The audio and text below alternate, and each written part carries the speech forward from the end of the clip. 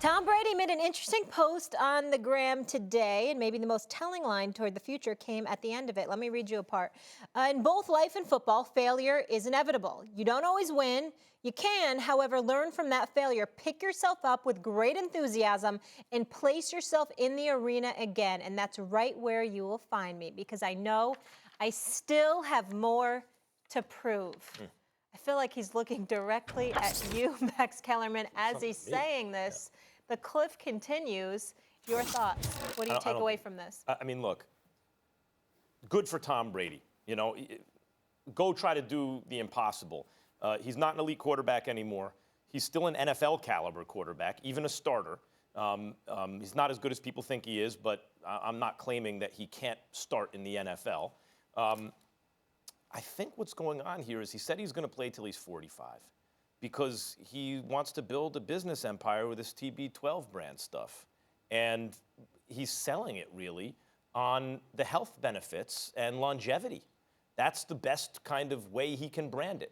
And so once he says he's going to play to 45, if he quits at 42, especially throwing a pick six as the last pass of his career, it's not good for his brand. And now, look, I'm not discounting Stephen A., his competitiveness. Of course he doesn't want to end his career like that. Maybe he wants to prove something he can win without Belichick. But I think if you have to ask me what's the one factor there, I think he's building a brand. I don't feel that way. I feel that Tom Brady has been disrespected throughout this season because I think that people have they've heightened their level of attention to what he's not doing compared to what you're accustomed to seeing him do without taking into account how handicapped he was. You got Rob Gronkowski retiring. You got Antonio Brown that got himself exiled. You got Josh Gordon that had his troubles before getting released. You got Julian Edelman, your most reliable weapon outside of Gronkowski, being moved from the slot to, being outside the numbers. You got a rookie in N'Keal Harry and others and Jacoby Myers and others that have a lot of promise, but certainly were not necessarily ready as of yet. It affected their running game.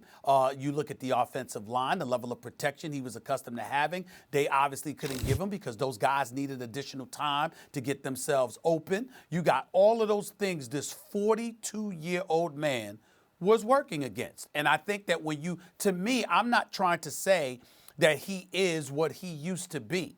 What I'm trying to say is this precipitous drop-off that you and others have highlighted, I'm not going that far because I understand what he was working against. And so my desire is to see him come back, and whether it's with New England or anybody else, make him come back, but with requisite weapons to rely upon. And then we will judge him accordingly. But I don't think this is the right season to judge him.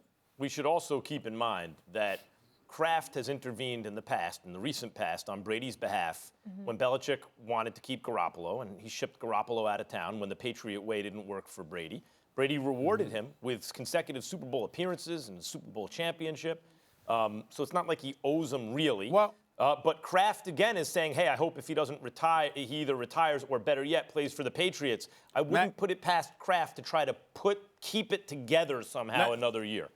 Let me say this to you, Max, on national television. I believe that Robert Kraft's priority should be Bill Belichick because he has more years in front of him than Tom Brady does have in front of him. And I do not believe that Kraft should interfere because Tom Brady should not want to come back to New England if Bill Belichick does not want him. Thanks for watching ESPN on YouTube. For more sports highlights and analysis, be sure to download the ESPN app. And for live streaming sports and premium content, subscribe to ESPN+.